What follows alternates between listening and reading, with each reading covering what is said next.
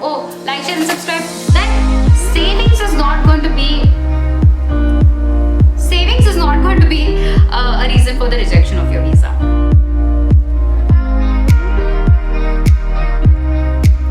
Hello everybody and welcome back to my channel Alive to Tell a Tale. My name is Sharmishta and today I am back with another video. So as promised in the previous video, from now on I'm going to tap into the scope of doing masters in other bigger countries like UK, US, Canada, Australia, etc. So in today's video, we are going to be talking about why would one student consider studying in UK over other countries. I dropped a Q&A on Instagram asking that if you have any UK specific questions, you can ask me and I'll be addressing them in today's video. So I got a few questions. I picked some from them just to avoid some repetitiveness. And if you are not following me on Instagram yet, then go follow. Sharmishta09 is my handle. So I'm going to cover a very few basic points here and we'll take it step by step in order to not flood you with a lot of information. The first and most important point of considering to study in UK is the geographical location. Okay, this is a joke. I get it. A lot of people don't understand the joke of it. This is a partial joke where I'm trying to tell you that it's so important that everybody around you who knows you're going to a specific country has to know where the country actually is on the map. And I refer to that when I was talking about downsides of studying in Ireland, and everybody thought that so what if Ireland is not found on the map. That's not the point. It's a joke. And apart from that, I think from the perspective of parents, I think Indian students, it's very important for them to convince their parents, and they also have to be equally confident about where their child is going. And in case of Ireland, a lot of people don't know where it is on the map, because of which they are a little hesitant and have a few preconceived notions that it's an island and what will they go and study there and all of that. So that way, considering UK can be a very big plus point, because there is hardly anybody who doesn't know where UK is. They've always heard about it. So the moment you propose the idea of studying in UK, I think there are going to be so many people who are going to be aware of it, and they know that there are a lot of students who study there. There are a lot of Indians who reside there. So that way it's going to be very convenient in order to, be on the same page with your parents. Next, it's the visa system, the post-study visa system after Brexit. So before Brexit, the situation was very inconsiderate. I think anybody who would want to go and study in UK before Brexit would not sound like a great decision, because your visa is only for as long as your course lasts plus 4 months. Like your course, say it is for 1 year, then the visa that you have in hand is just 1 year and 4 months. Like you get a job within 4 months, then great, or else you get back to your country. But after Brexit, this change in rule has helped a lot of people. It is same as Ireland. It's 1+2. If your master's course is for 1 year, then you stay there for 1 year, then get it extended year by year for 2 more years. So in total, you're getting to stay there for 3 years. So the third and the most important point, I think this is the easiest one to crack if somebody wants to go and study in UK, is that the funds you showcase. So just for comparison's sake, when you're applying to other countries, you have to show them that you have so much funds in your accounts while applying for your visa that can allow you to sustain for as long as the course lasts. So meaning, if you have like a 1 year's master's course, you have to show them funds that will let you, that will support you for 1 year. So you don't have to worry about showing a lot of bank balance and a lot of property papers. Of course, it goes without saying that you have to be able to pay your fees and you have to be able to afford your life there. I mean that savings is not going to be a reason for the rejection of your visa. The fourth point and the most important point again is eligibility. Now comparatively, if you want to go to UK, it's very easy as compared to going to Ireland or any other country.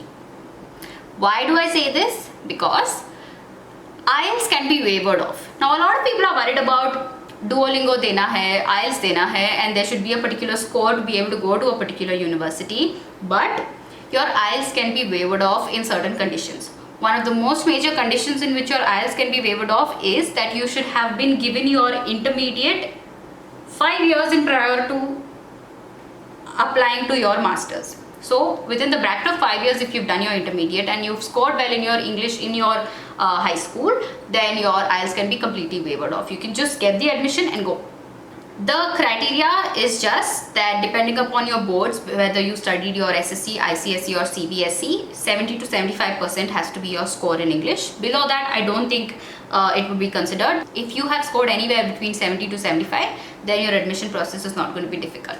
Another point is that the currency value and the return on investment. So I'm sure most of you know that in UK, the currency is pounds and it's the second most valuable currency in the world. So sterling pounds is very powerful, and if you manage to get a job in these 3 years and if you start making money there, then I think that you are going to earn a lot and you're going to save a lot, and clearing your college fees or the loan that you've taken in India, all this will be a cakewalk. Apart from that, I'd say that when you are doing a master's that is only for 1 year, then it's comparatively less expensive. Also, usually there are multiple options. You can do a 2-year course, master's course, or a 1-year master's course, but usually, of course, 1 year's master's course is going to be less expensive and it's equally valuable. So I don't think there's any reason you might not want to consider UK over other countries. So another important point is that in terms of size, UK is way bigger than Ireland and comparatively has bigger cities in it.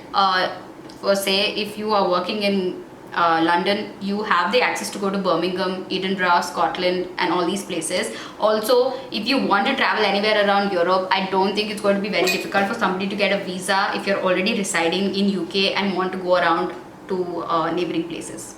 Next important point is the Indians and the Asian scenes in UK. So if I say that in my presence I saw the population, the Indian population or the Asian population increasing in the span of 2 years in Ireland, comparatively it's way better in UK. Like, you will find a lot of Indians, the scope of feeling the familiarity is comparatively higher. You will feel more comfortable. There are the food options that lack in Ireland are comparatively more here, in terms of if you're like a foodie and you can't live without Indian food and you can't cook, then the options of going out and having access to Indian food is more.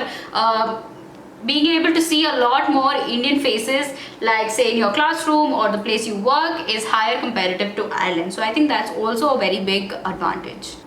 The reason I'm saying this is few people might not find this as a bigger advantage, but for a few people it's so hard to cope when you are living among foreigners and there is no familiar face or language to speak in. So I think for those kind of people, UK is definitely an option that you should consider, purely in terms of familiarity and feeling homely. It's also advantageous in so many other ways, in terms of finding accommodation, finding part-time jobs. If you have somebody who you know is an Indian and who's working in a certain place, it's so much easier for them to pull you in and get you a job than to not know anybody and start searching for a job or accommodation from the scratch. The next, the last and not the least point is the universities in UK. So every small town and city have universities in the UK, and most universities are well ranked and are highly reputed. So I think there is a university for everybody of their choice from their field. Like, if you have interest in a certain field, I think you will find a suitable university and a suitable course for yourself in UK. And given that the eligibility criteria is not so hard, is not so grilling, I think considering UK over other countries is a really good idea. That is all for today, guys. The upcoming video is going to be a lot more detailed into processes of the visa, how you can get there and questions like that. I'll be answering such ones. I hope that I was being able to address on a very surface level in this video, just to give it an introduction of why you should be considering UK. We will start getting into details from the next video. If you have any questions, then please drop them in the comment section. Not on Instagram, like ask me there also, but ask me here also. It's just easier when I'm making a video to refer from these places. So drop your questions here, anything to do with visa and how to get there, and I will address them in the next video. I just have a quick reminder to give you. If you are somebody who's planning to go abroad, to study abroad to any country, not just Ireland, it could be UK, US, Canada, Australia, anywhere, and you do not want to pay hefty charges to consultancies in person, so please go down, click on the Google form in the description below and fill the form, and somebody from my end will come and get in touch with you, and we will help you end to end at very, very reasonable prices.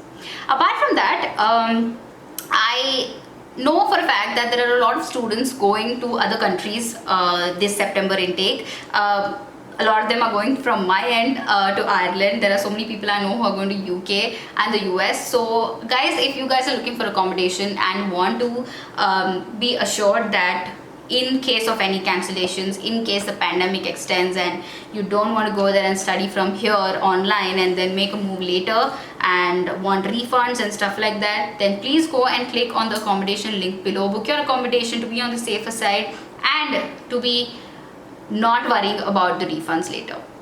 Apart from that, any money transactions, I have referral links in the links below, both for Revolut and TransferWise, so use them, feel free to use them. Otherwise, that is all. Don't forget to like, share and subscribe.